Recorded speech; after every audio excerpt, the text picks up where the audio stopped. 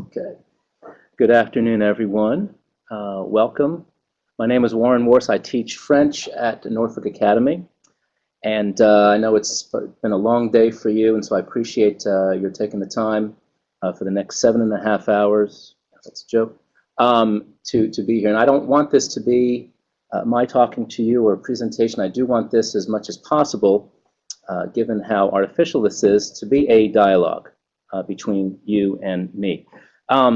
First, I'd like to thank Washington and Lee University. I wanted to thank, in particular, Professor Dick Kittner for inviting me, and for Deidre Tobin to help for the next 2 hours. A little bit about myself. I hated French in high school. I got an A in French 1. I got a B in French 2. I got a C in French 3, and I saw the writing on the wall, and I opted out of fourth year French. I also opted out of taking it in college. So I like telling my students that they're being taught by someone who did not major in French. I just never felt like I got the skills that I needed to understand what was being said to me or what I was reading. And certainly, as far as speaking and writing, those two also I felt were big deficiencies of mine. I got a chance to live in Paris for 3 months when I was 22. That's when I learned the language, and then 2 years later, I went and got a master's from Middlebury College, and that's really where I learned the language, got a chance to live in Paris, and I've been teaching French ever since. So for 24 years, 18 of which at Norfolk Academy. I also teach at Old Dominion University as an adjunct, and Tidewater Community College. I also am a table leader for the AP French Language and Culture exam in the summers. Anyway, that's a little bit about me. And how about we begin? So,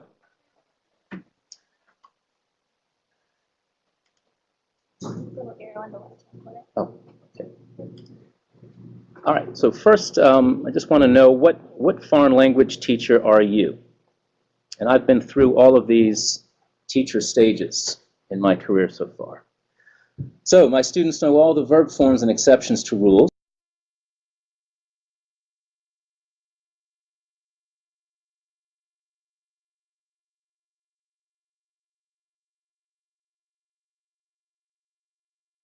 We finished the textbook last year. I give a fair amount of homework. I grade rigorously. Students respond only to courses that are difficult. That's the only way that they will work hard and respect you. So we are up against calculus teachers and physics teachers, and we hear how much homework they assign and how hard these courses are and how much the students spend on these courses. We want to be taken seriously, so we feel like we have to make our course as hard as possible. Or are you this teacher? I just put together a unit on immigration in France. There's a cool video and with multiple choice questions, an article from Le Monde, and a podcast from RTL. I feel that it's a teacher's job to provide these sources to students and let them figure it out on their own. They like that independence. So here's the teacher who doesn't give the students the skills, but all their work, they've spent 2 hours coming up with these sources. And so they feel like their job is done because they put in the time and the energy, and it's very teacher-driven. Is there a third option? So let's talk about what I mean by skill-centric learning. Well, what if we allowed students to discover a text's meaning on their own? In other words, no pre-reading vocabulary, no guiding questions, because all that does is, that is teacher-driven. The teacher has put in all the energy, and the students, all they have to do is just hunt and peck and find those answers. And they don't really need to, on their own, try to glean the meaning from a text.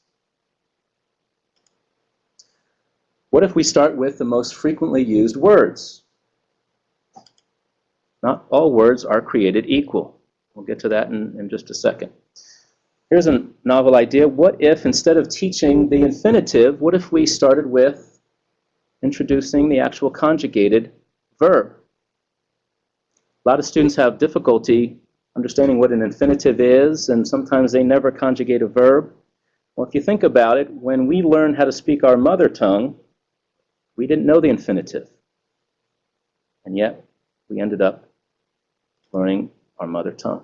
And the third thing I think we need to think about is how to drill, because drilling is the most effective way to teach a language, but how can we drill in a creative way? All right, so if we just take a look at, we have up there, this is a way to assess your students, and this is the CEF. This is the Common European Framework. I don't know how many of you are familiar with it. Can you guys just let me know in the chat if you guys are familiar with the CEF, or the Common European Framework?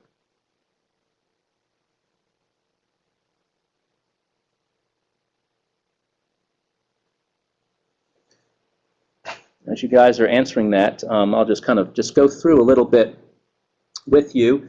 Again, all the countries in Europe, they have made this very uniform, where a student starts out at the 0 level, and to get to A1 you need about 100 hours.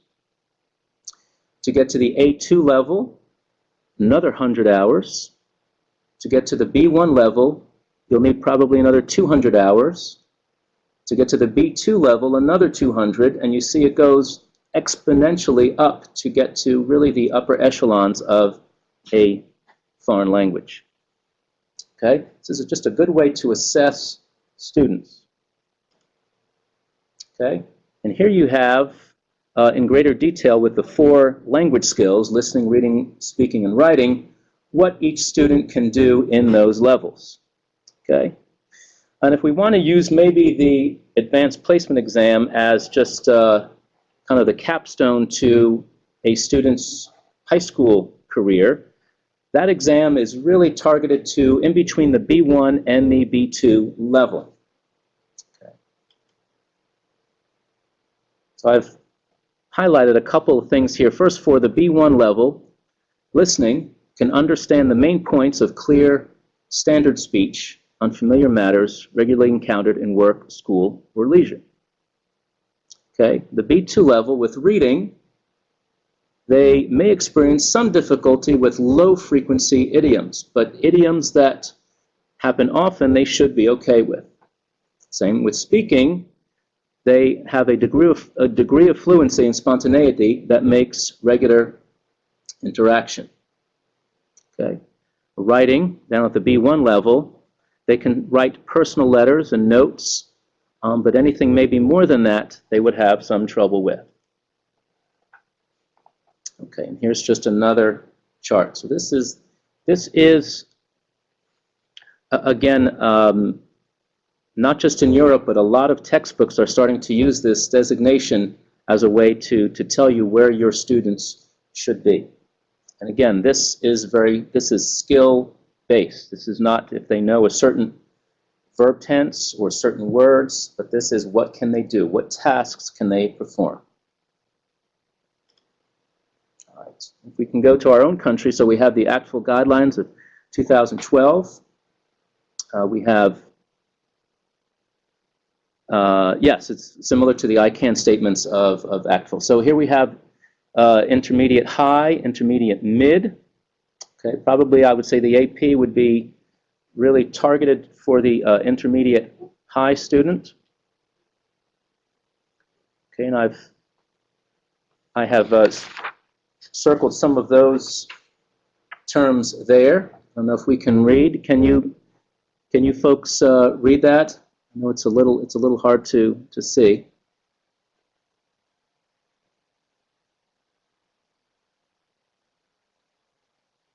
Okay, Deirdre, can we make that any bigger or no for them? No?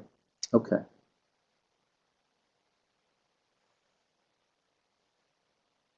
All right. Well, pretty much it's the very similar things that that we did with the Common European Framework.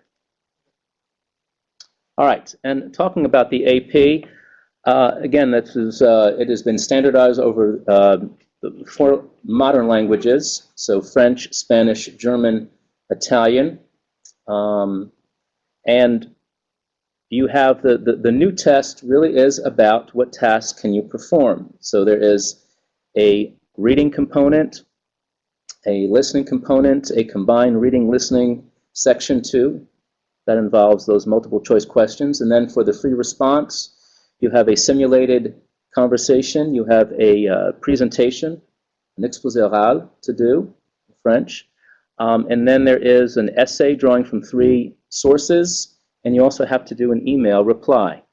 Okay, so really this is, students are given a tabula rasa and they've got to fill it up, much different than in the previous iterations of the AP. All right, so the first skill, so student-generated meaning. Okay, this involves reading and listening skills. Okay, authentic newspaper articles and real-life conversations don't appear with vocabulary lists and questions. So the analogy I'd like to give is if you are reading a newspaper, it does not have in the corner the vocabulary that you will need or the questions.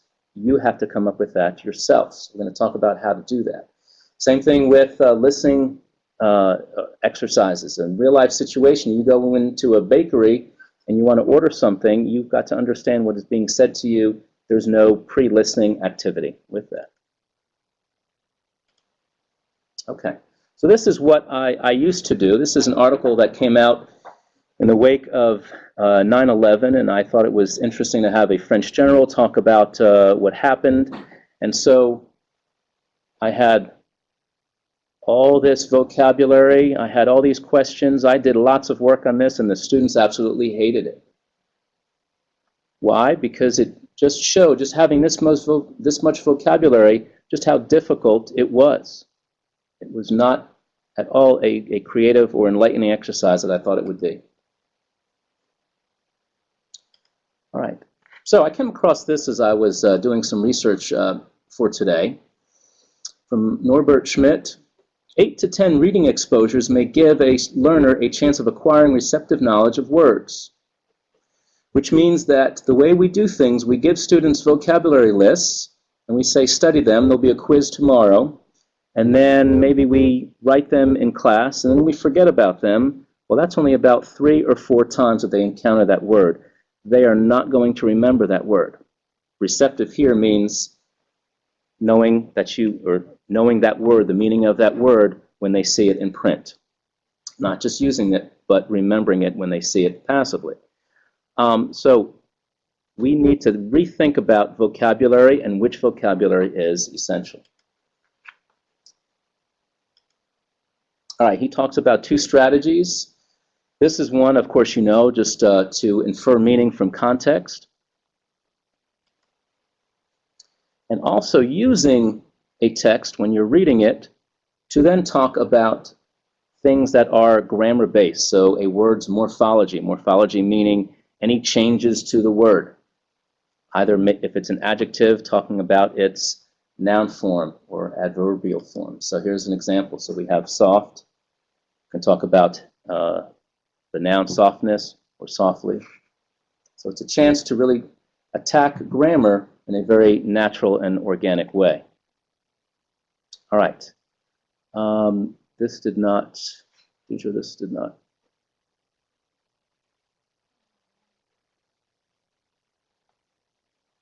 Okay. Does everyone have this? This is a sheet that you should have as a handout. Do you have that sheet? I'll wait for you guys to respond.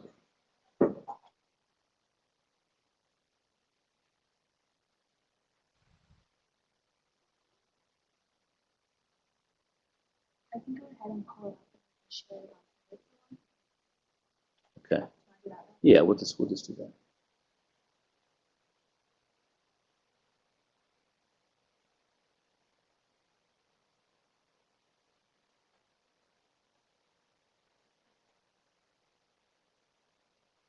Okay. So the way that I teach reading is, again, there's no vocabulary given and there's no questions given. They need to read in the following way. I tell them they need to highlight known nouns and quality adjectives. By quality adjectives, that means any adjective that has some kind of either positive or negative quality about it. So that would be the adjective good or bad or embarrassing or happy. Neutral ones would be blue or American. So those adjectives, they don't need to highlight. They need to highlight the quality adjectives and known nouns. They only get 3 unknown words to underline, and those would be words that they wish that they knew. This is an important skill, that it's not just underlining every single noun that you don't know. Can you deduce from the article which nouns are the most important? And to do that, they need to look at words that are repeated, words that are used at the start. They can also maybe guess at the word's meaning from cognates. The next thing I tell them to do is to circle pivot words. So anything that changes the article's direction. And I used to do lots of writing for different newspapers, and the architecture of newspaper articles is such that it is all hinges. The article goes one way, and then it goes back another way, and then it goes into another direction, and then back again. This is to keep the reader's attention. And the students need to recognize these pivots and be able to track the direction of the article. And then lastly, I have the students, can you reduce the entire article in 2 sentences? Meaning, here is a statement about the article, however, one must consider this. All right, so let's get started.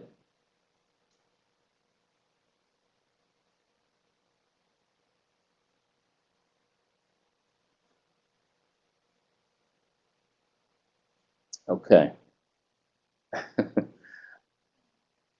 All right, we're going to, yeah, and if you have, this is the article that starts out, un touriste fait son jogging sur la 2. Okay, and I apologize to my Spanish and German speaking colleagues. Hopefully with this article there's enough cognates from English and from Spanish that you will be able to understand. So let's go through this article. So we'll just give you maybe about 2 or 3 minutes and highlight what you can use, whatever method you want, but just look for quality adjectives along with nouns and just draw them out from the text.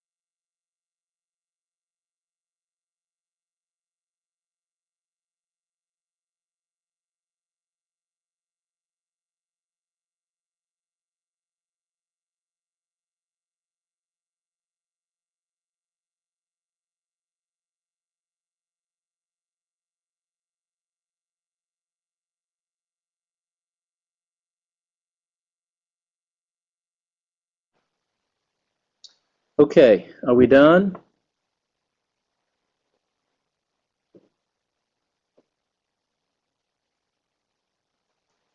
Oui? Non? Si? Si. And I'm curious to see what the non-Francophone speakers came up with, if you can deduce what's going on. Um, so what I'd like you guys to do is to see if you came up with what I did. Okay, there's a little bit that is blocked. But here we have, you can see the highlighted nouns. Even you have mauvaise, which means bad in French. And you see lots of repeating things. You have policier, police, police. You can talk about the difference there, that you have different morphology. So un policier would be a police officer, la police would be just the collective. You have jogging, joggeur. These are easy. This should be an A1 at the A1 level. A student should be able to figure this out. And if you just look, these nouns create almost a constellation, and the student should be able to connect the dots, metaphorically speaking, and come up with the meaning. So, again, this is for the people who do not speak French. So you have this Turkish jogger who was following his GPS, and he ended up in a highway tunnel. Different drivers saw him. They alerted the police, and the police found him. Where did they find him? Anyone in here? Nope, that was after.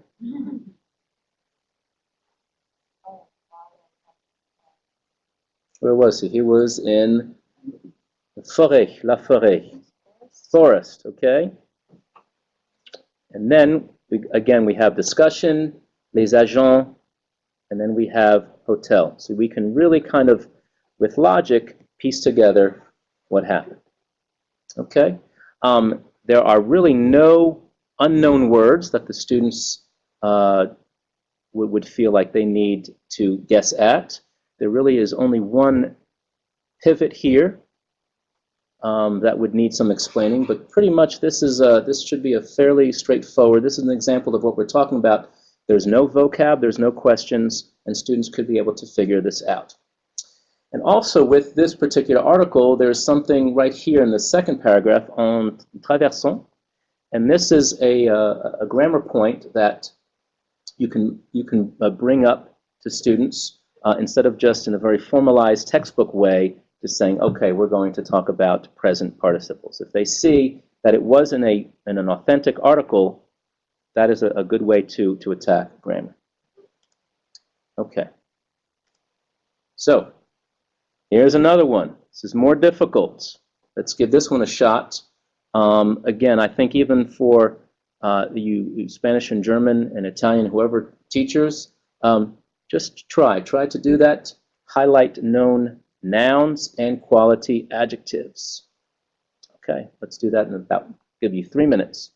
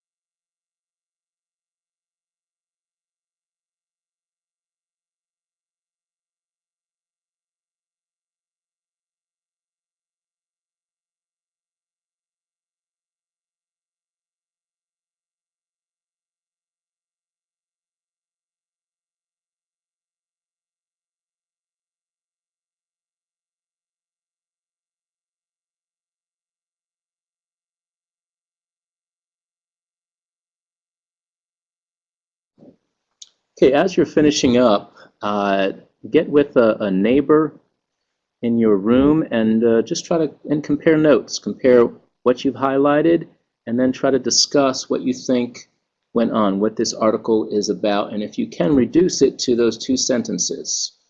The article is about this, and then there's a pivot. However, something else happened. And the reason I tell students about this two-sentence synopsis of an article is I tell them if I said I had eggs this morning for breakfast, that's not newsworthy. What would make it newsworthy if I said I had eggs for breakfast? What would be that second sentence? Anyone in here? I choked and I went to the hospital. That would be newsworthy. What else? What kind of eggs were they? They were bad. Maybe they were bad eggs. Okay. Maybe they were dinosaur eggs. Ostrich eggs, something different, something to give it an edge, and that would be that second sentence. That second sentence makes that, whatever they're reading, newsworthy. And that's the only thing that's going to be in a newspaper or magazine or on the web. So anyway, finish up with that and then discuss what you think this is about. Another minute or two.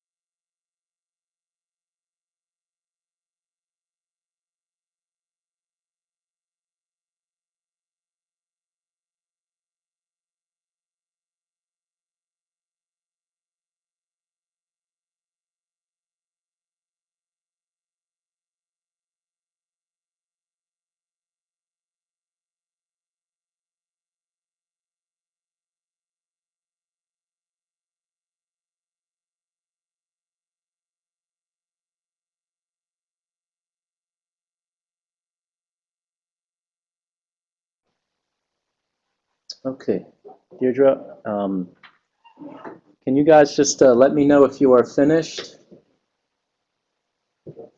Just by just letting us know via the chat.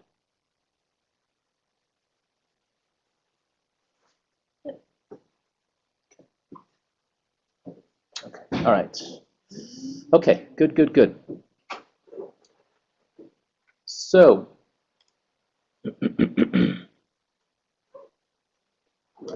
again, we don't do anything with verbs. For the most part, you don't need the verbs. The verbs are kind of maybe the glue that holds the nouns together, but you can really make sense of this without highlighting any verbs. So, those of you in the room with me, I just see house and internet. Okay? And then I see domicile. So again, something about a house. What do we think? What do we think was going on here?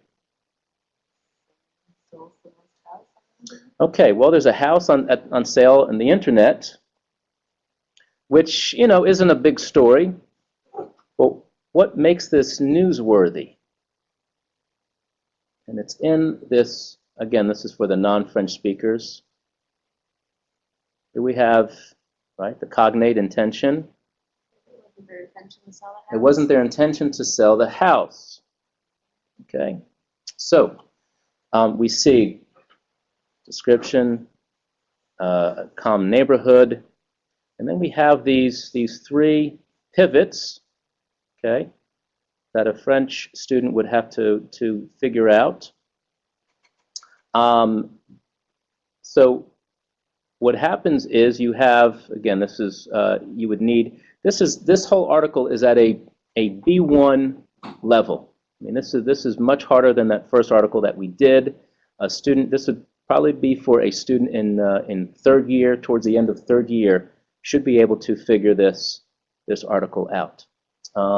Again, here we have an unknown noun, but we do have a cognate here.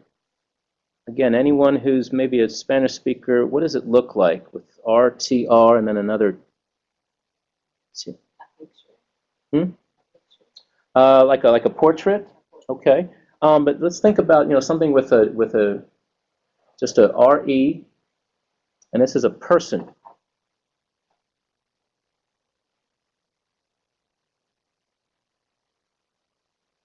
Does it look like retreat? This is actually someone who is retired. Retired. Okay. It's high in the article, so maybe it is important. But if you look further in the article, it's not repeated, so maybe not. Maybe not. Here we have, what is this, do we think? Property. Okay.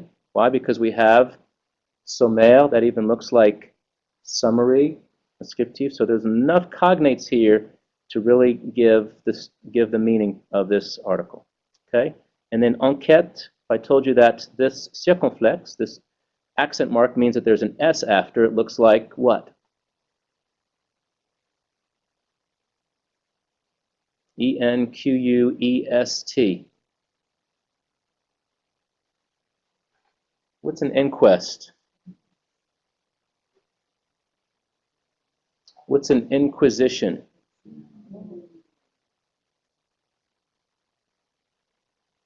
It's going to be you're asking questions, an investigation. Exactly. Okay. And then again, if we knew that this was a police station, again, you have context that really gives this some meaning, and we have vengeance, last February, bus stop, nuisance. What do we think sonore? Sounds. Okay. So we have a reason why maybe there was vengeance against this woman, and that's why they put her house up for sale without her knowledge. All right. Again, this is someone would need almost 200 hours to understand this article, but you can see we made heads and tails of it a little bit here in the room. Okay?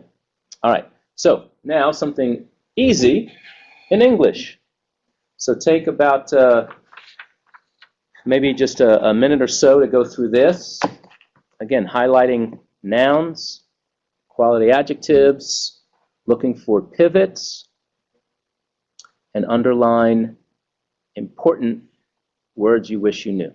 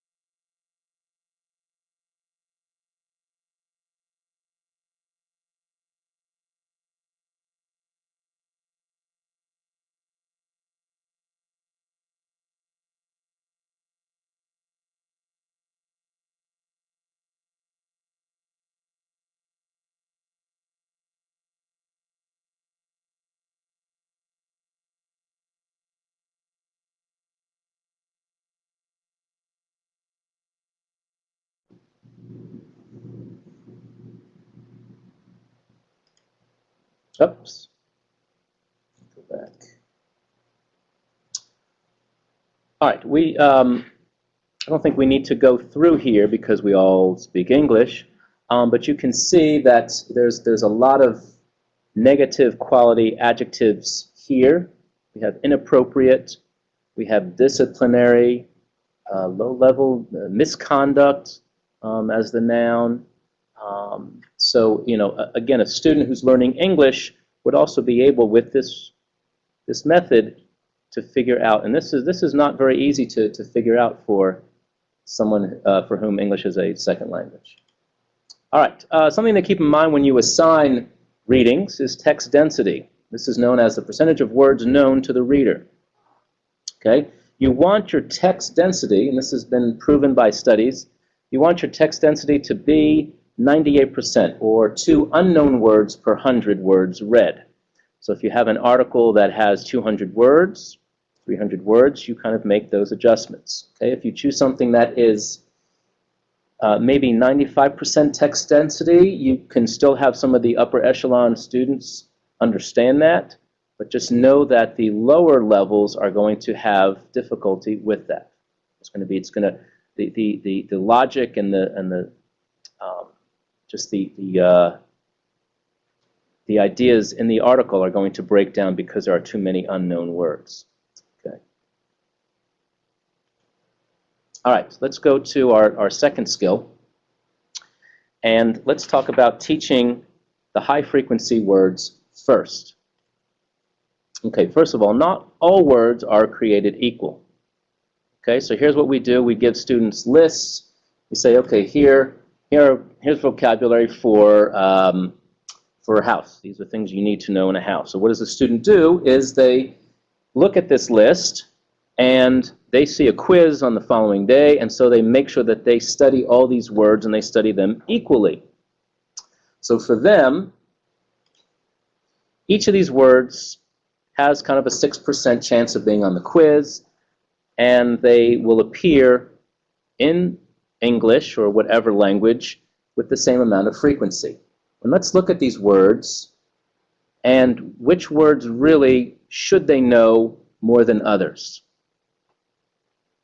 You guys tell me. And if you guys can in the chat room just kind of let me know which words you think would be more equal than others. Chair, bed, computer, Desk. kitchen. Good. Okay. Yeah. I see that.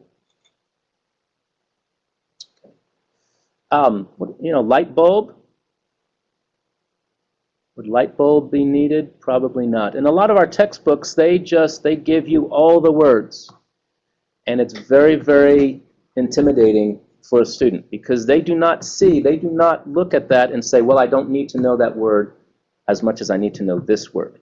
But you have to think about if they do travel to these countries where language is spoken, what will they need? What will they need? All right. The wider the student's lexicon is, the more hesitation he or she will have.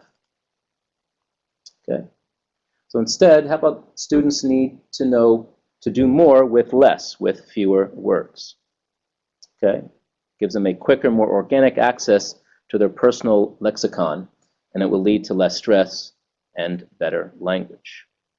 Okay. In other words, I hate je m'appelle and I hate pas mal. Okay. In Spanish, this would be me llamo.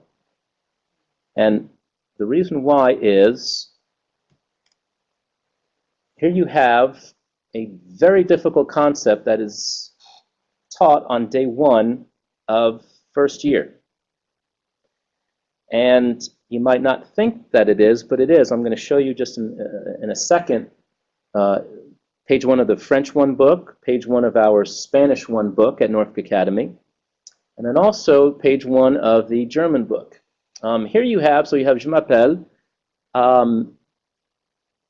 Students want to know what that M apostrophe is.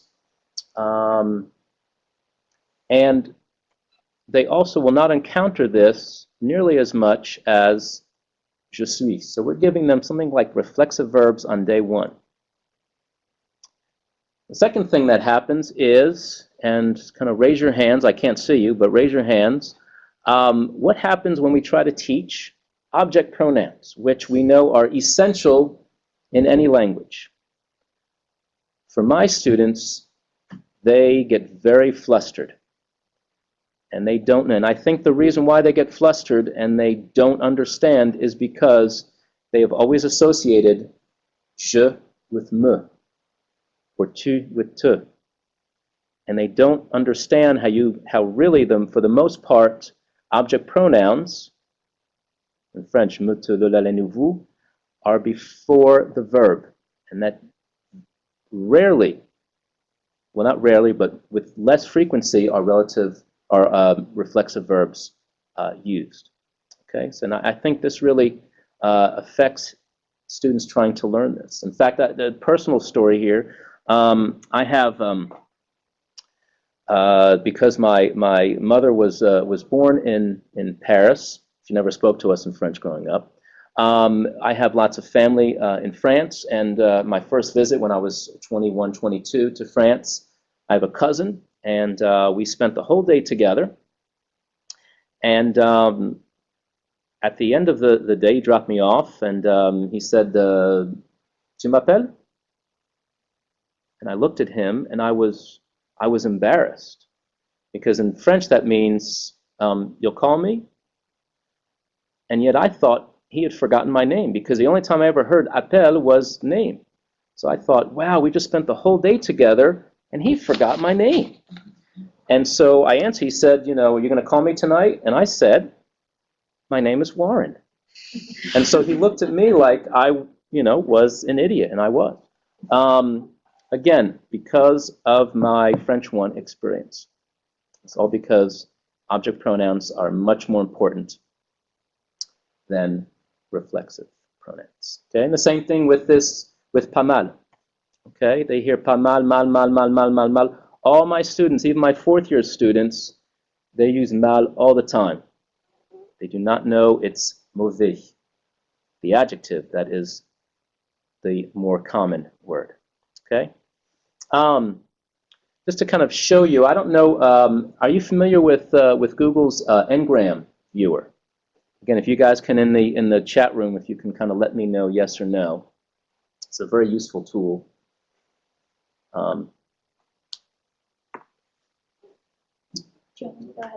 Yeah, can we go to that? Oh, this is going to be, yeah, okay. All right, really, if you just went to Google and you type in Ngram, this website should come up. And what's very interesting is you put in terms and you separate them with commas, and you can see.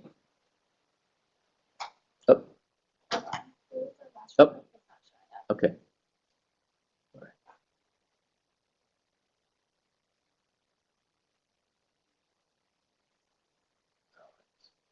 Okay. All right. I just need to get into the. All right. So let's just say I wanted to see the words sketch, which has multiple meanings now, right? Cool, awesome, and I want to see that. Whoops. Let's say from the year 2000 to 2008.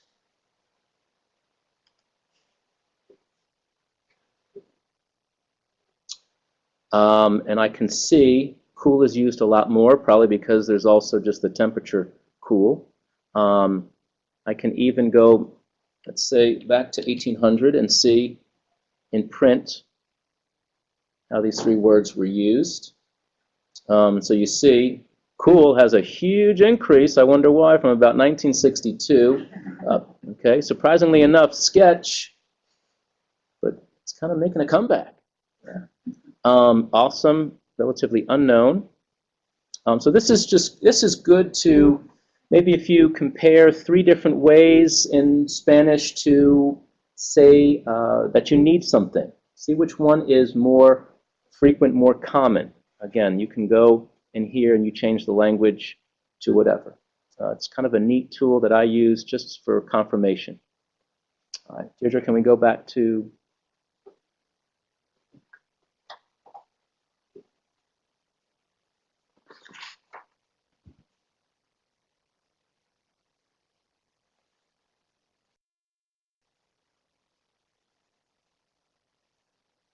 Okay, all right.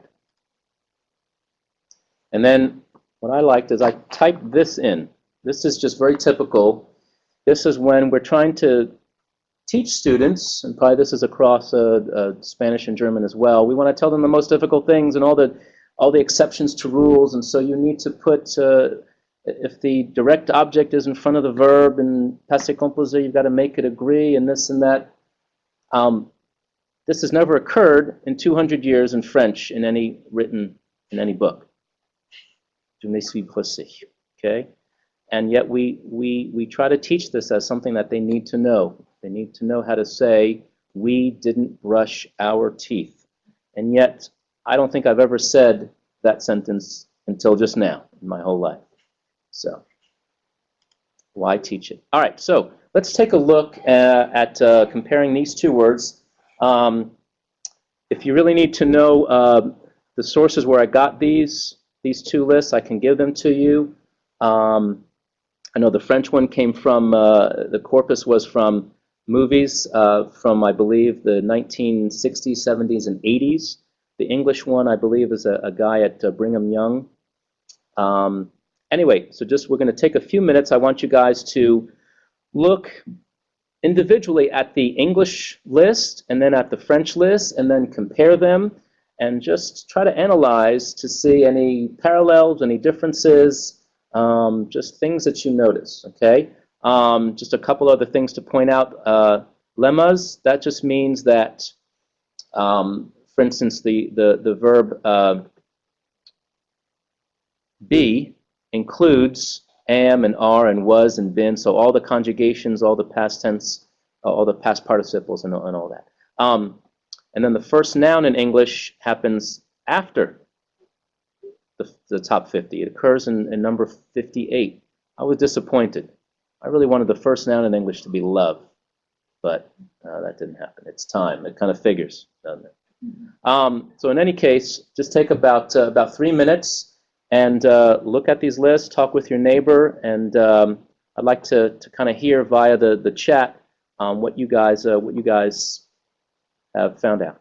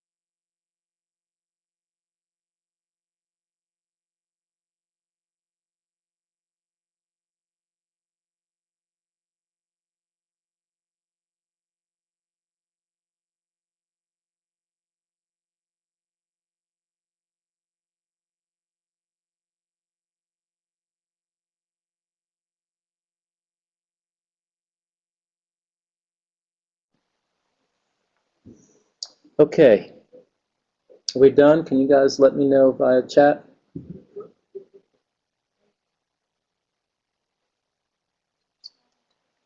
No? Okay.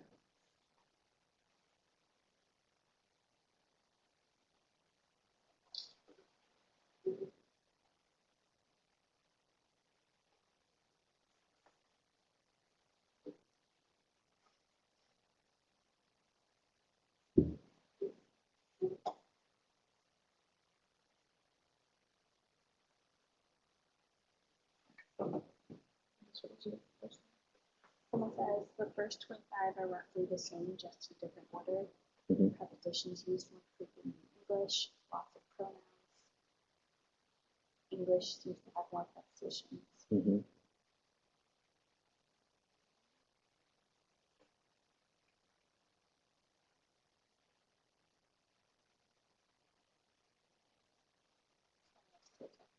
Okay.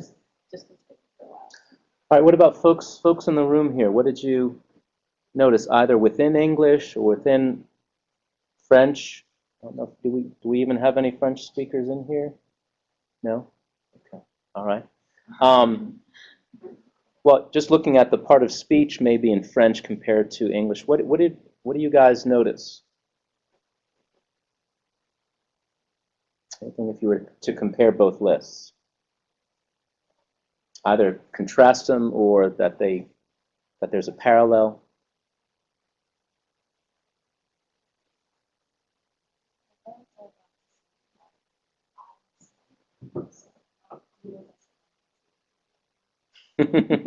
I like that. I like that. That's good. And certainly, we see even number 7 in French, il, that also includes there's the impersonal il, which also is in Spanish as well. So that one is going to be skewed a little bit higher than it normally would just for he. But yeah, it's very interesting that rank number 10 is I. Rank number 10 for the same word in French is the same word. What about syllables? Short words. Short. These are all one-syllable words. Okay.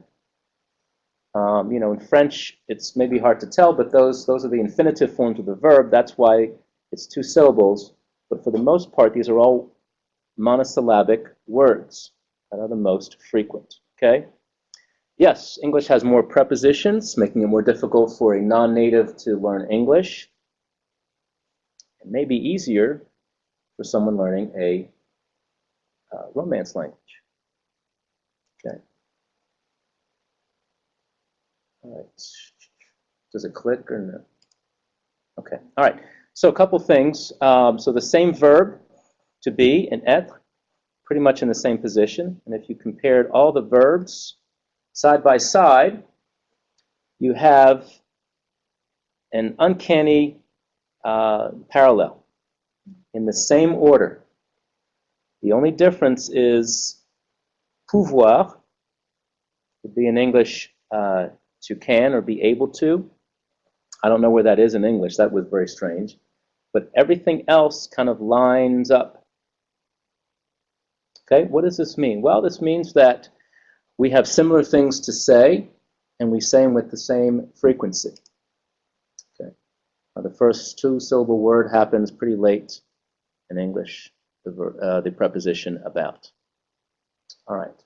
Let's look at this before we actually look at the textbooks and kind of compare good and what I think are textbooks that need improvement. So here on the bottom, on the x-axis, is number of words that are known by a student, and the percent of textual coverage that those words can get. So if you know 1,000 words, you can understand 90% of text that you read. Think about that. That's pretty remarkable. We were talking about text density before, and to get to 98% would be a little more than 1,000 words. And 1,000 words is not that many words. You might think it is, but I bet you your students have encountered more than 1,000 words even by the end of second year. So, all right, I think the big thing to do is to quickly get before it starts flattening out. So really the critical number here, I think, is 1,000. We can get them to 1,000 quickly, and it's the most frequent 1,000 words. That is a good thing to do. All right. So getting back to the Ngram viewer, here, these are 3 different ways to express need in French. And for whatever reason, we really stick with this one here. This is just the verb because we can go word for word from French into English, when really we should be teaching this one here. But we're afraid because we think students are going to find difficulty with the concept. And yet, this is what this il faut happens more common than doit. Okay? We really need to think about teaching the most frequent, the most common expressions, even if it means some difficult work at the beginning with concepts. All right, so here's page 1 of French 1. And again, it has my dreaded je m'appelle, and then look, comment t'appelles-tu? So day 1, you're giving students a way to ask a question with inversion and with a reflexive verb. This truly is about a 3rd-year concept that we are expecting them just to digest on day 1. Spanish, no better, I hate to say. It's very difficult. This would be overwhelming to me as the first day in a new language. Okay? Here, this is our German textbook. We just switched textbooks about 3 years ago. And what do you notice about this page, maybe compared to the French and the Spanish? Folks in the room?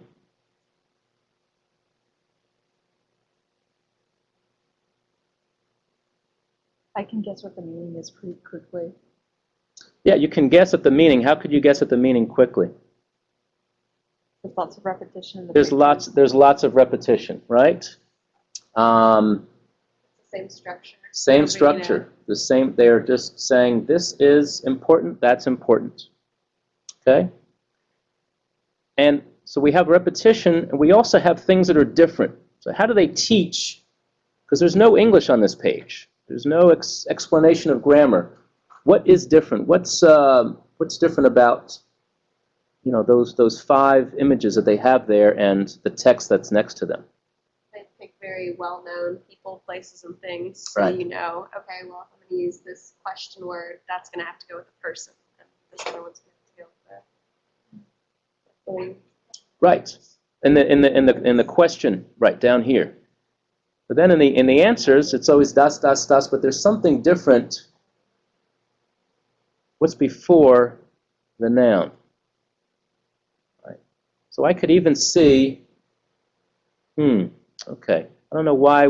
One time it's, I don't even know how to pronounce it. Is it D? No. So again, I start asking questions. Okay, why is this one different than the other 2? Okay, and how come I don't see this? I know that that's a proper noun, and yet here with Roger Federer, I don't see that there. Or with Albert Einstein, I don't see that there. What can I deduce? That people don't need whatever that yeah, is. that people don't need whatever that thing is. We can assume and deduce it's an article. Okay? And then we have this question box here. Okay? And by their answers, just like in Jeopardy, I can guess at what the question is asking. Okay?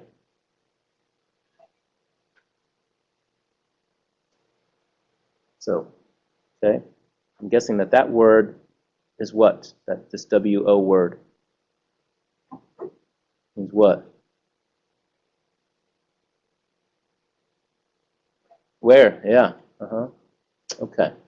All right. And just a question to ask you, what if we taught the present tense without showing students the infinitive form first? Okay? And so I went to the Ngram and just talked about the last, or just 8 years between 2000 and 2008. And I picked one verb, and here the present tense was used a whole lot more often than the past tense and the infinitive. and yet we want to give them the infinitive.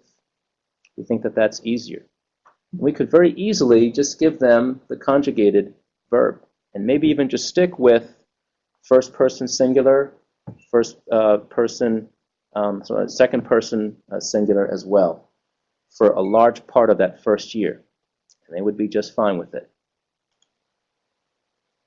All right, another example. Okay, I think the last skill let's talk about is you need to make things easy. I know that sounds real trite to say, make things easy, but again, if students feel that it's hard to learn a foreign language, make it easier by just giving them 3 or 4 things that you harp on all year long. And so what are your 3 or 4 fundamentals that even the worst student in your class can say, I know that Mr. or Mrs. So-and-so really stress this the entire year, every single day. And so for me, my 3 or 4 fundamentals are this. And again, we do all 4 of these every single day in all of my classes. And I teach French 3, French 4, and French 5. So I tell them, and this I actually give them this page the first day of French 3. I tell them that I have, it's not really 3 guiding principles, it's 4. I apologize for that.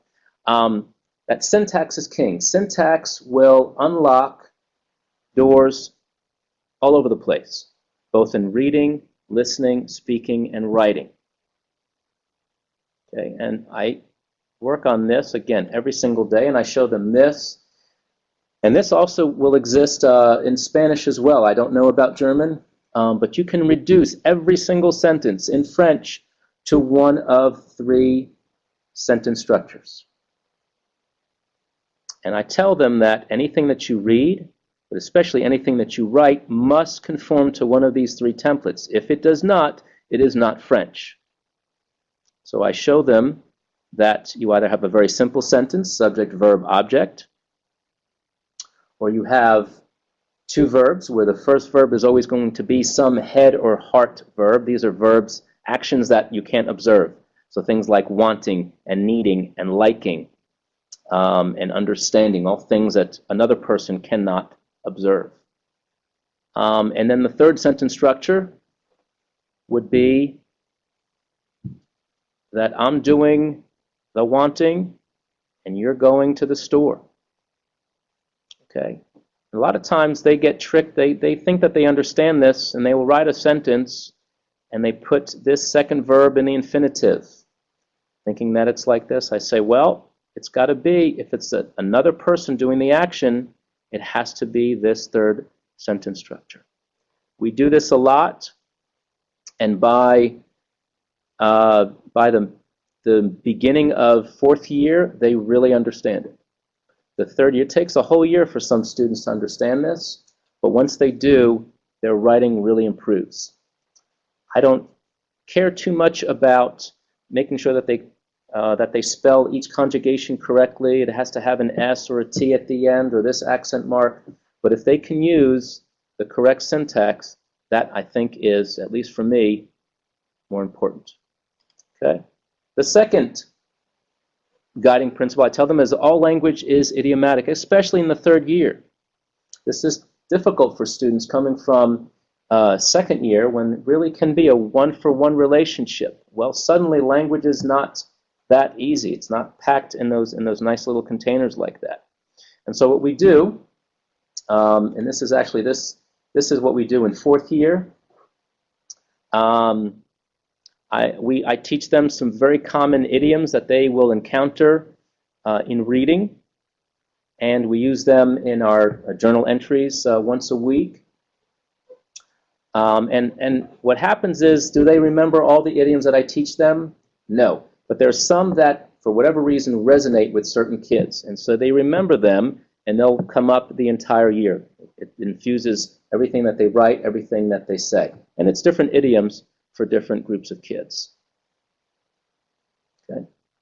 Even I think 3rd year also can maybe you can introduce some idiomatic expressions. These are not proverbs or cat got your tongue. That's not an idiom to me, but something that we might say. How about we see a movie? Well, how about that is an idiom in English, whether you have realized that or not. And these are things that a foreign language student in third year can definitely understand.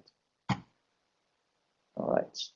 Also, everything starts with questions. See my little cue there? Getting ready to run. All communication starts with questions. Okay? Everything from how are you to what's the matter to you go into a store and the storekeeper asks you what you want. You're staying with a host family. How was your day? Where do you live? All start with questions. All communication starts with questions. And so what we do every single day, I have about 10 of these. It's just 7 questions, and they just have to be able to, in a very quick way, answer. So these are students are in pairs, and one is asking the question, the other does not look at the sheet, and they have to answer. And this works very well. It really kind of fine-tunes that ability to quickly recognize where the question word is and answer it. Okay? And then the last is that they need to infer from context. We've talked about this. And guess at cognates. And sometimes the cognate will help you get back to the context. And both are working symbiotically. Okay? Here I just put this we did just this past week from Monday, Tuesday, Wednesday. These are some cognates. And if I told you a couple things about French, like I told you before that the circonflexe means there used to be, or you have to add an S. Just like before I had forêt, was forest. Okay? Plâtre. Now, this is without, there is no context given here. This is decontextualized. But any guesses, folks in the room? Plaster. Plaster. Okay, and this was on a medical handout. Okay, so this is the word for cast. What if I told you that an E with the accent aigu means that a long time ago it used to be an S, or you can replace it with an S? It's harder, isn't it?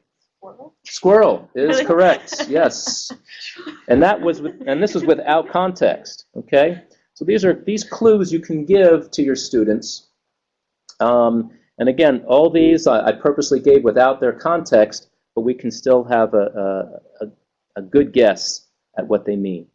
Okay, all right. All right, let's talk about some listening activities. First of all, listening is a receptive skill, meaning it's passive. The students are not producing. So hopefully after engaging a certain word or certain groups of words many times, they have internalized that. But it's also extemporaneous. Unlike reading, reading is receptive, but it's also reviewable. You can go back and look at the same thing if you didn't understand it. Listening, you can't. You just get one shot. So it's different. The skill that you want to develop is you can't very carefully highlight something and talk about pivots and this and that. You've got to quickly write down nouns as quick as you can, and then as you are listening, trying to think about what is being said. For French, I think more importantly than in Spanish, you have to do dictations. But I think in Spanish as well, dictations are very important. It gets students hearing the rhythm and hearing how words sound when they are next to each other. This is a very important skill to do. Here's a drill that I do. And again, we're going to do this. This is the sheet that looks like this. I don't know if you have it in that correct order. It's almost like an Excel sheet. Thank you, Deirdre.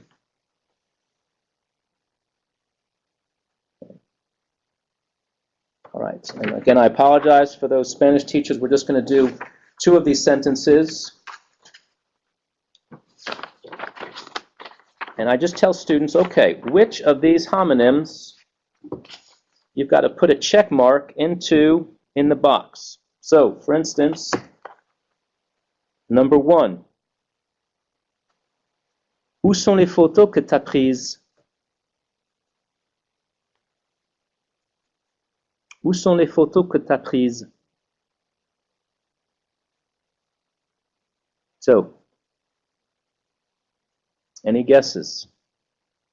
Which column would it be?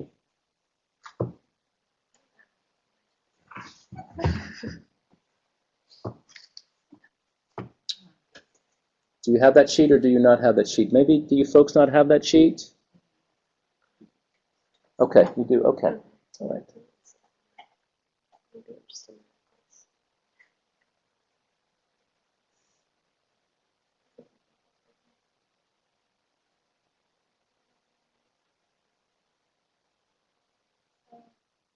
One of the schools does not have sheets. Ah, okay. All right. So some sites. Okay. Yes. There was a handout, about a 30-page handout sent to you folks. Yes, and Debbie Brooks, correct. 2A is the correct answer for that. I just see. Let me just go back. Deirdre, can we just go back and answer some of these questions here? So what does it mean to, at Randolph-Macon, what does it mean to know a word? Does it include being familiar with the conjugation of verbs? To know a word would mean that they've seen it enough, or they just maybe haven't seen it enough, but they remember that word. It's going to be, different students will highlight different words depending on their ability. And that's why I think, some students are ready to move on well before the full year is out. I have some students who could do a first year in one semester, a second year in another semester, and can be ready to be in third year at the beginning of their second year. And other students for whom they just need a long time in the second year to really master the skills that we need. And all that really is outlined in that Common European Framework or in the ACTFL guidelines. Those are very good. They really talk about the skills that they need. And you can assess if you see someone has not highlighted a lot of words and they should have, then you know that they are not understanding. They do not know that word. And then at we enjoy the introductions and don't explain that it's reflexive. This is getting back to the je m'appelle. If you don't have to explain it's reflexive, but the students have seen that there is a je and a me, and they just will internalize that me as something that they always see with je. And it does. It messes them up big time when we try to do object pronouns, especially as a French 3, French 4, French 5 teacher. And I really do think that's the reason why it's very difficult. Another question is, why do you have the question word at the end rather than at the beginning? In spoken French, the question word is at the end more often than it is at the beginning. And in fact, inversion in France itself is not used nearly as often as the other two ways. All right, any other questions before we continue? I don't think we need to do another one of these drills. I think you get the idea. Okay. All right, it's just important, again, in French and Spanish and in German to show the difference between phonemes and graphemes, so the sounds and the written, okay? I was in Walmart, this is years and years ago, and there was a guy on the phone. He had a suit and tie on. Usually when I share this with people, they go, oh, this is Walmart. No, this guy was probably, made more money than I did, but he just said, I'm going to have to call you back.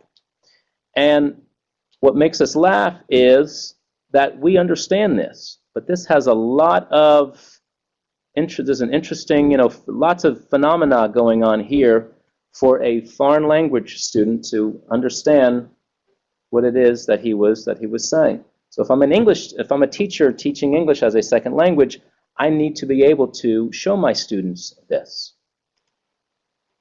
Just as in French, I show them that lots of times the subject and verb becomes this. This is essential, not just for listening, but when they go over to France and they hear te te te and they don't understand that it is tu es. These are all important things, very easy things to point out to students. The actual phonetic phenomena that happens in all languages. Okay. All right. I tell them as they're listening to whatever, ignore the words that you don't know. You don't have time, as something is going on extemporaneously, to try to guess at meanings of words. You just that would be the wrong thing to do. Ignore the words you don't know. Okay. All right. So let's do. All right, Deirdre, do I click or should we just go out? This is a website that I use for French. I'm assuming there are companion websites both in Spanish and German. But here, this is a website that I use. This is going to be the beginning level. This is that A1 level. We're almost there.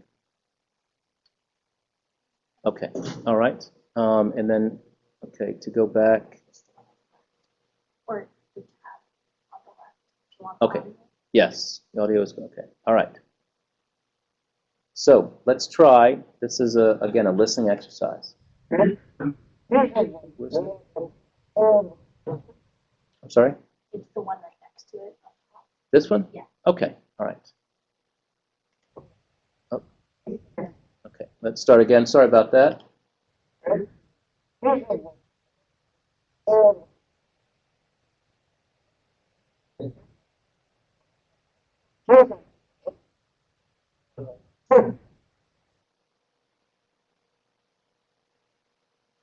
Okay, we're doing exercise 1 here. Again, I picked one that's a beginning exercise, so we all can play. Okay. So you would listen to it again after 30 seconds. Let's see if we can answer these questions.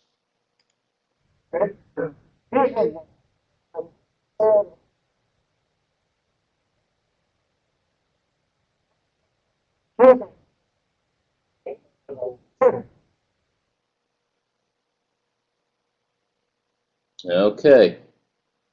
No cheating. No French teachers can answer this.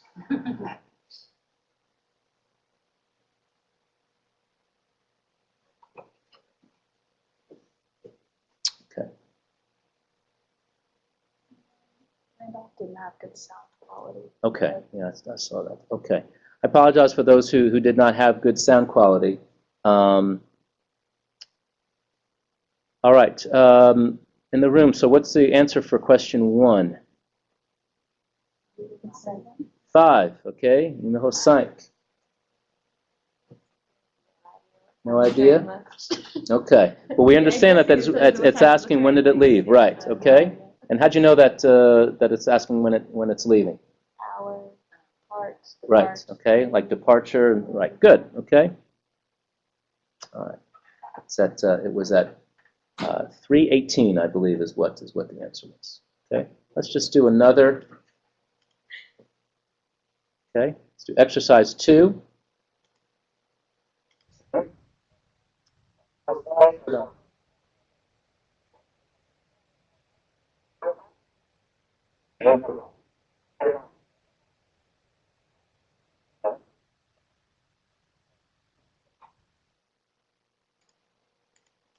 Okay. All right.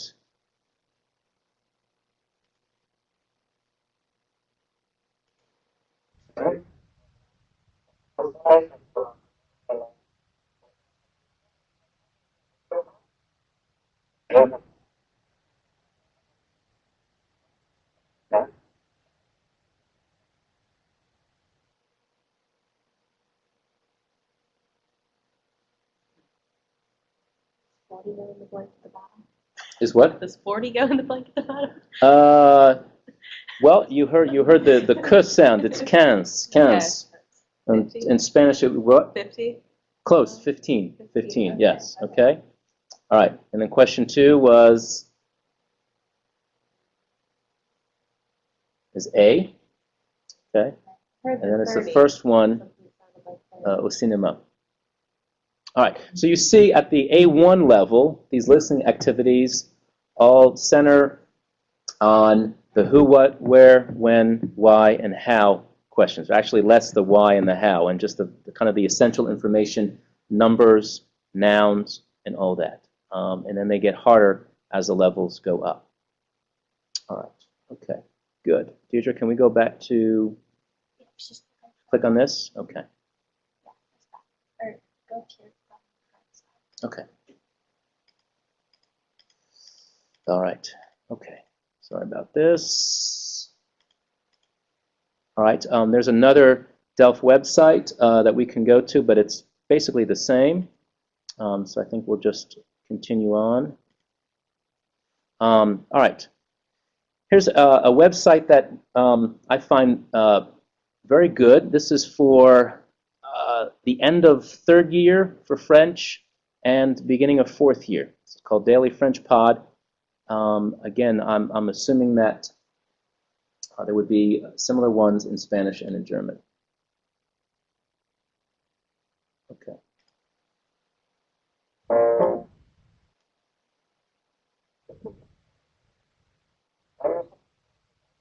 Yes, you have to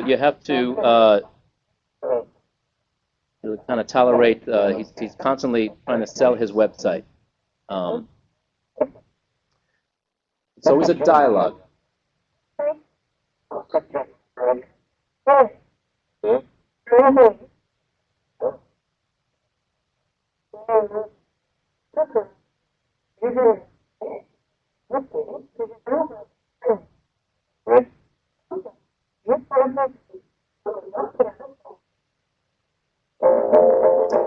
Unfortunately, it kind of shuts down its through the website. This is also an iPad app that you can get.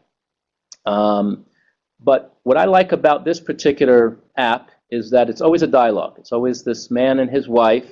And what's good is the students can then just kind of make a tea table and put down what he said, what she said, and just go through. And again, you're writing down just nouns quickly, and then you're looking afterwards to try to gain meaning. So again, this is not an easy exercise, but it is good. It's not just an interview or just one person talking. Any kind of exchange, I find for third year is very good because you've got two different voices, and you can generally follow questions and answers. Okay.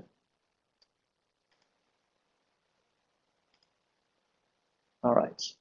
And then any French teachers out there, do you know about the series on, it was Discovery Channel, and now it's you can get it through United Streaming, called Extra. This also exists for Spanish and for German. It's the exact same thing. It's called Extra. Do you guys know about Extra? No? Okay. It's the same actor who plays the same character in all three, Spanish, German, and French.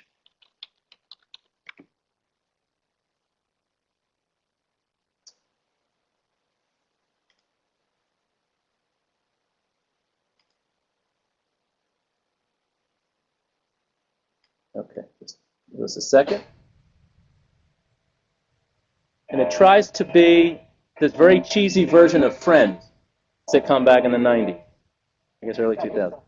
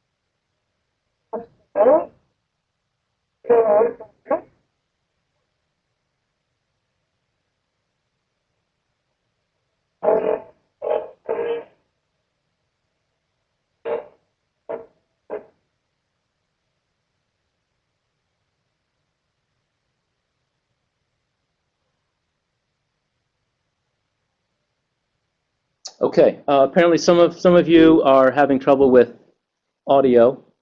It's like not coming across. It's not coming across. Okay. I apologize for that. Again, this is similar to that podcast. You've got characters talking to each other and no subtitles. I'll have to admit, though, that I do cheat a little bit, and I give them expressions that they need to listen for and to tell me which character says them.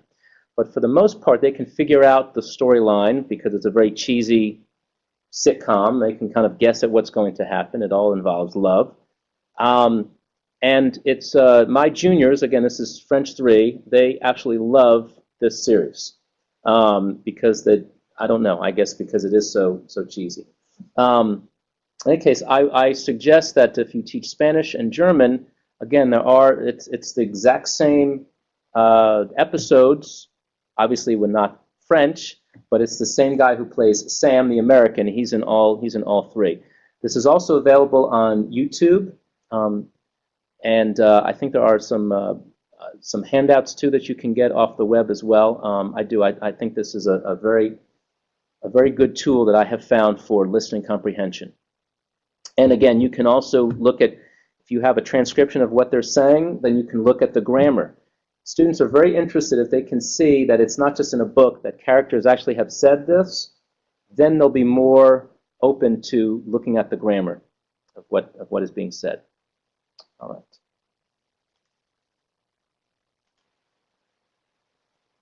Okay.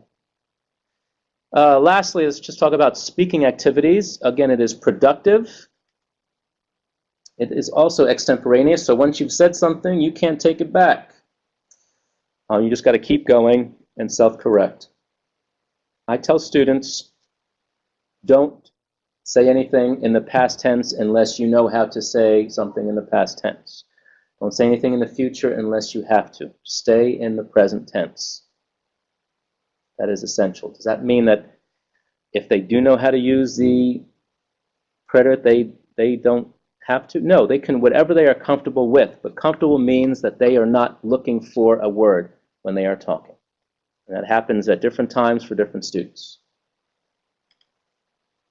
I tell students as they are talking to really try to get used to using these pivots. So things like although and however and but. These help the listener understand what you are trying to say. Sometimes they don't want to use these transition words, but they are critical. That is something that I try to make them use as much as possible, these pivots. And the same that they have to hunt for them when they do their reading. Okay? We work on opinion expressions. Again, you should have this handout. And this has a lot of text. I usually don't have this much text, but we probably spend about 2 to 3 weeks doing other things too. We talk about, this is on 3rd year, how to have a debate. And I make them fill out some note cards. I give them examples, and they enjoy doing this. It's kind of funny and fun for them. And it really means that they get to, from start to finish, create something. And again, they will see these things often in readings that they will encounter. Someone is giving their opinion in some article that they're reading. So we're not going to go through this whole thing, but I really develop it piece by piece so that they know how to give their opinion and have a debate in a foreign language. Okay. Any questions so far about either the debate or anything that I've just gone too quickly over? Nothing? Okay.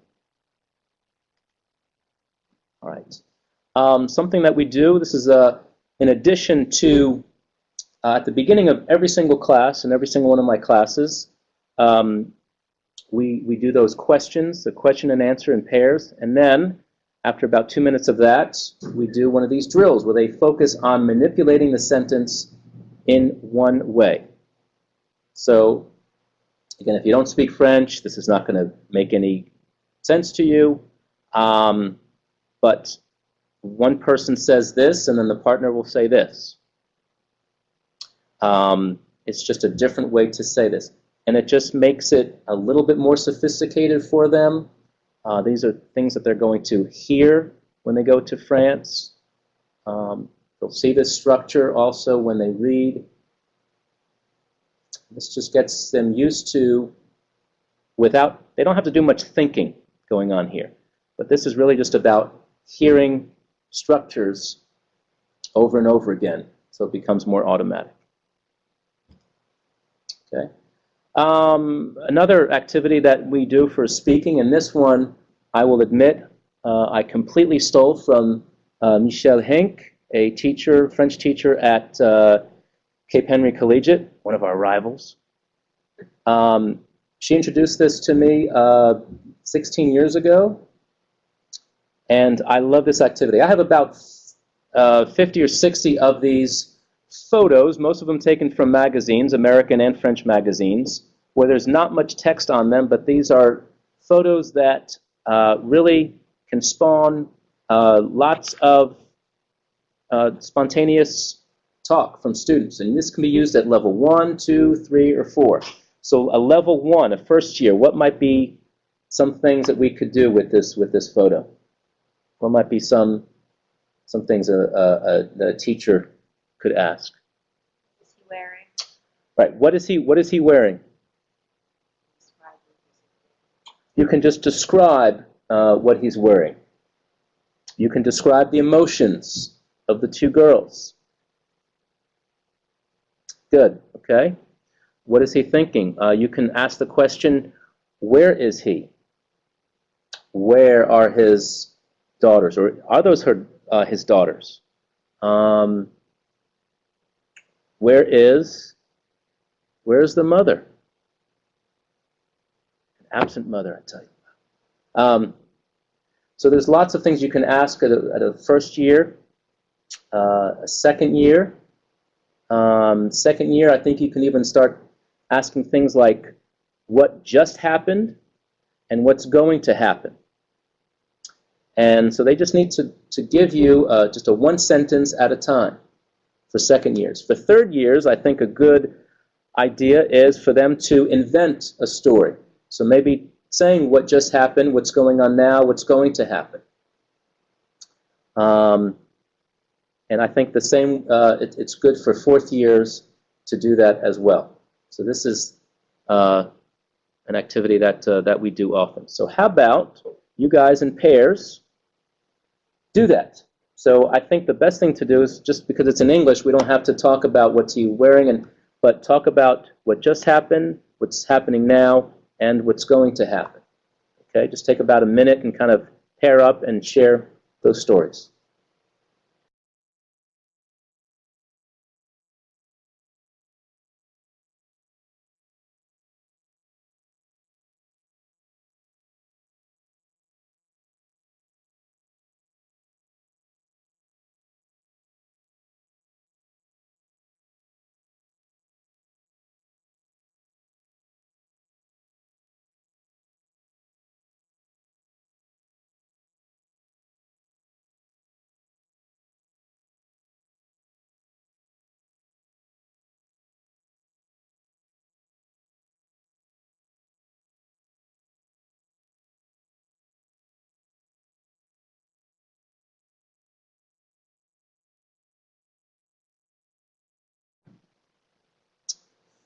Okay, good. All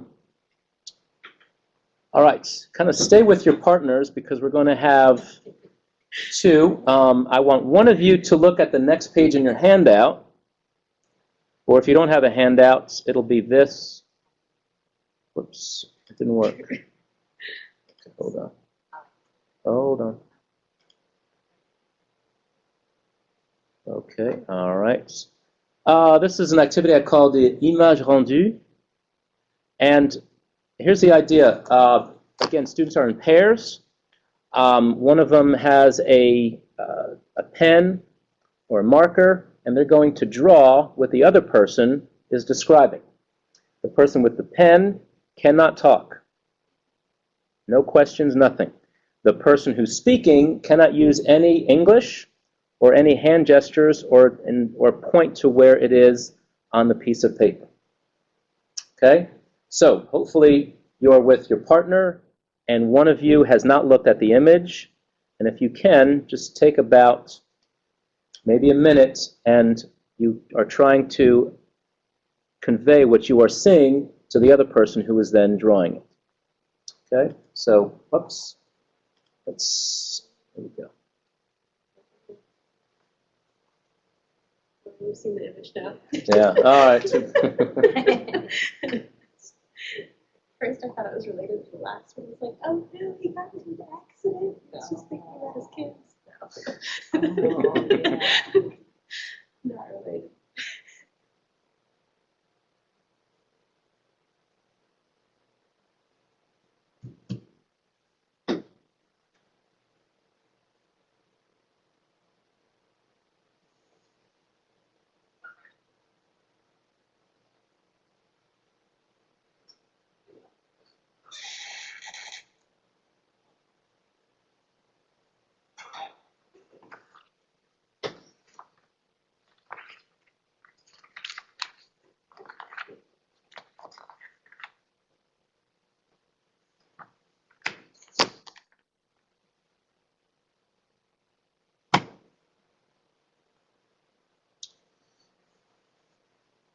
Okay. So another kind of activity I do with this is once we have around the board, we have our artwork. We talk about which one we like. So again, you get the students speaking. You get to use these comparative. You can talk about like this one and that one. You can use those pronouns. They can talk about why they like this one, why they like that one. And then we talk about maybe vocab that they struggled with. And how did they talk about a car being on its side? Did they try to use circumlocution? We talk about you can't see the car, or you can see all four wheels, or something like that. Something that will really show that they are able to communicate. We have an oh, I guess we don't have another one. All right, let me just go back. How can I go? Okay, this did not work going back to. Okay.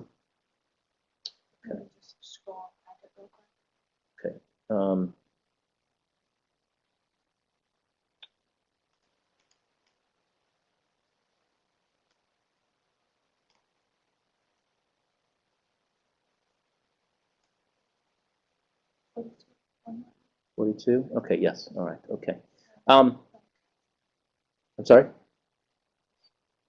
Okay, yeah, sorry. All right, we're going to skip, just for the sake of time, we're going to skip this activity.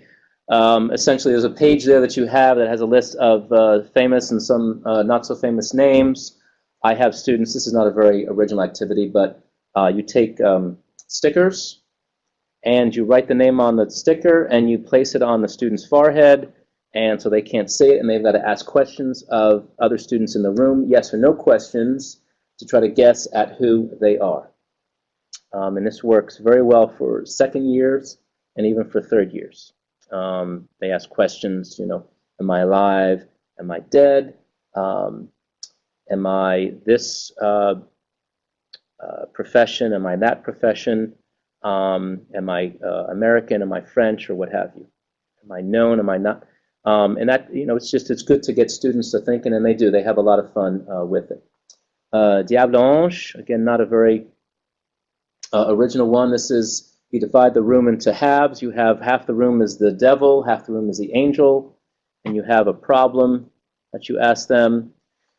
Your best friend just told you that he committed a crime.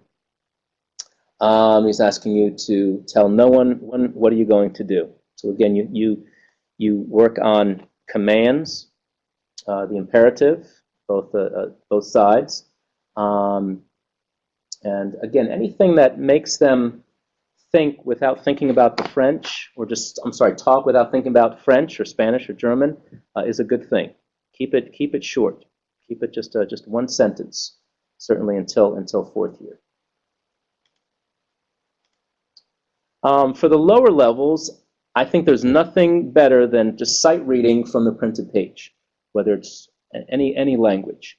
They get used to, you can, first of all, you can tell how a student reads if they're understanding what they're reading, just by how they are grouping, the rhythm, forgetting accent and if they're pronouncing things correctly, but just how are they grouping the sentence. You can tell if they're understanding. The second thing is that you get them, without thinking about what they have to say, actually speaking. And sometimes that is what is needed for the lower levels. That's what I have found. So I even have my French 3 students to do that, to speak, even if it's not just in front of the whole class, because that's intimidating, but just speak with your partner in groups of 3s and just read a text out loud. That is immeasurable, the benefit that you will gain. Okay, for the higher levels, something else I do is a question of the week. A couple of weeks ago, here was the question for my French 4s and French 5s. Would you rather have A, the ability to fly, or B, be invisible? And so this is kind of like a philosophical question, gets them thinking. They are in pairs, and they talk about which choice, why they chose that, and then they, think the other one is weird. Why would you want to do that? Or, and so it really gets them thinking, and speaking without being aware of what they're saying. If you put less or fewer constraints on them, it's remarkable how much they can actually make themselves understood. Okay. Writing, we're just going to go through very, very quickly. It's productive, it's reviewable. It's probably, I think, should be the easiest of the 4 skills. They need to understand sentence structure more than anything, be able to vary sentence structures, use pivots, use idiomatic expressions, only use verb forms that you know. Hopefully this is more than just the present tense. And here's just some ideas for the different levels for what we do with writing. Nothing difficult to explain here. I think instead of just writing the longest dialogue, have them write the shortest dialogue they can. You give them certain parameters, and they've got to write the shortest dialogue. Give them a grocery list of 6 items, and they've got to pick 3 of those items and tell some story linking all 3 of those items. I think watching a movie clip maybe and giving a summary, that too also works for level 3. And you see for levels 1 and 2 what I think works as well. For levels 4 and higher, film trailers work. We don't really need to look at a film trailer, but something that lasts about 2 minutes, obviously in the target language, and then they just respond to it any way that they want to. Either they want to critique what they saw, or they want to tell a story, or maybe they have questions, or they want to continue the story, they want to predict. That's completely up to them. Essentially, you give them a prompt, and then they just go with it. And then lots of times I'll just give them just a photo. Lots of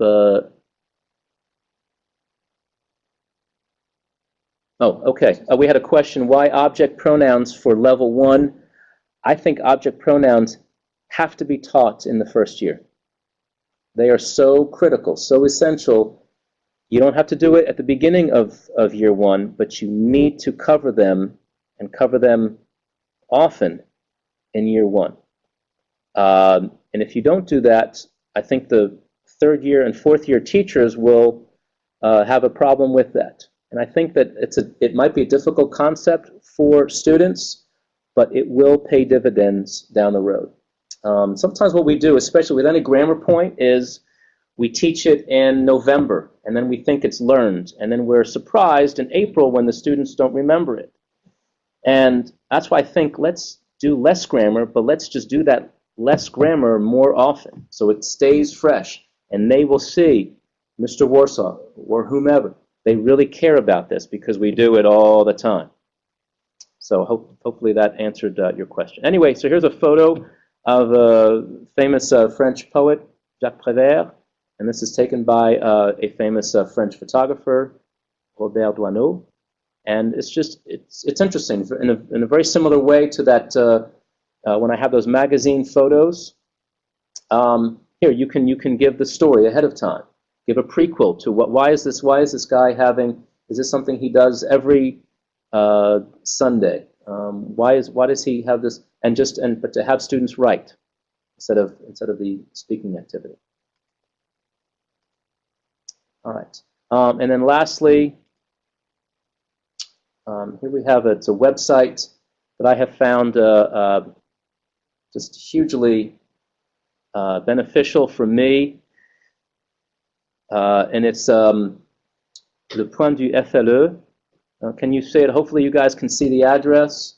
It is a clearinghouse of websites. It has probably at least 500 links to websites that have either grammar activities or audio activities. You just put in what you want. You cannot see.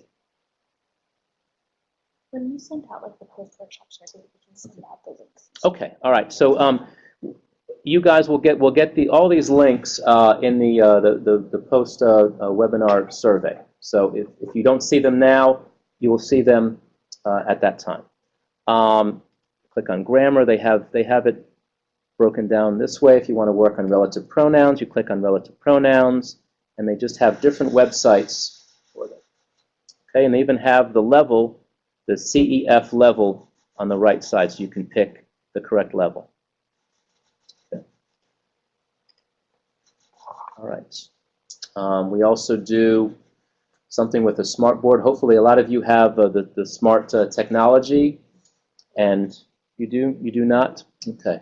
So something good, you can actually move, if this were a smart board, you can move these words and you can have students, again, this works on syntax, this works on grammar. You have them, you say, okay, this is one sentence, but you've got to rearrange the words to make the sentence. This takes a little while, but this is just a creative way to work on syntax and grammar. Okay.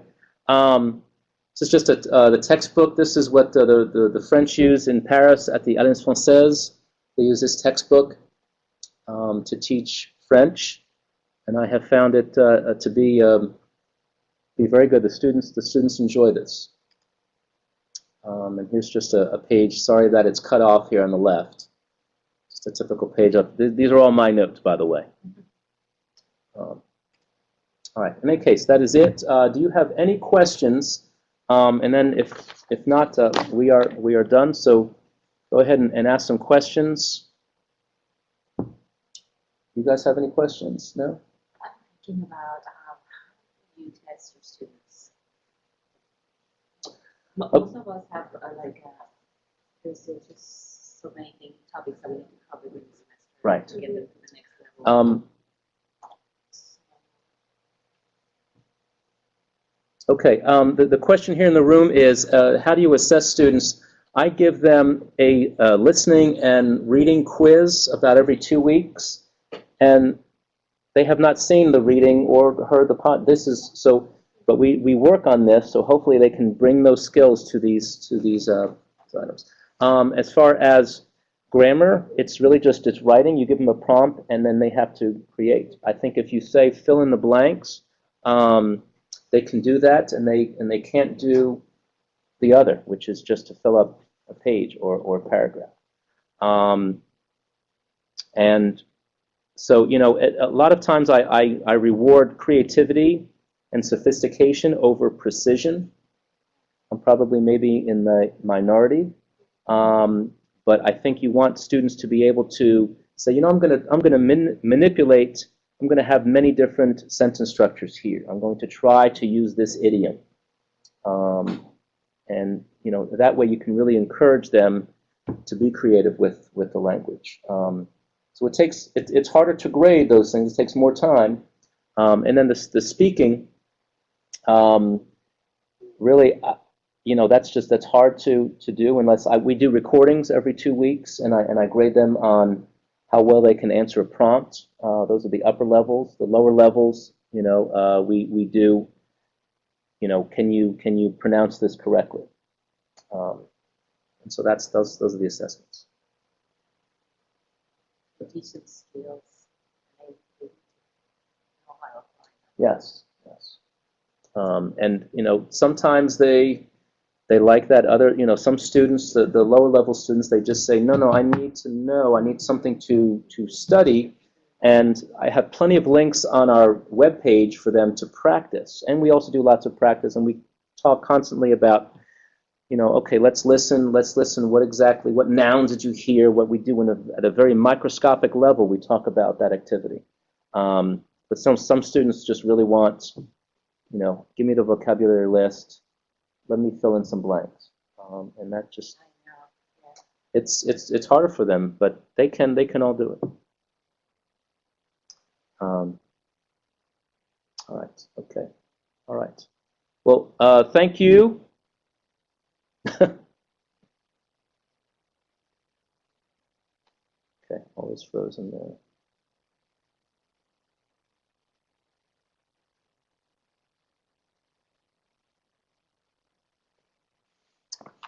Oh, I forgot the one. I forgot this one. It's just it's an app on the iPad. It's for French, but it's upper level. It's fantastic. But oh well. Okay. Goodbye.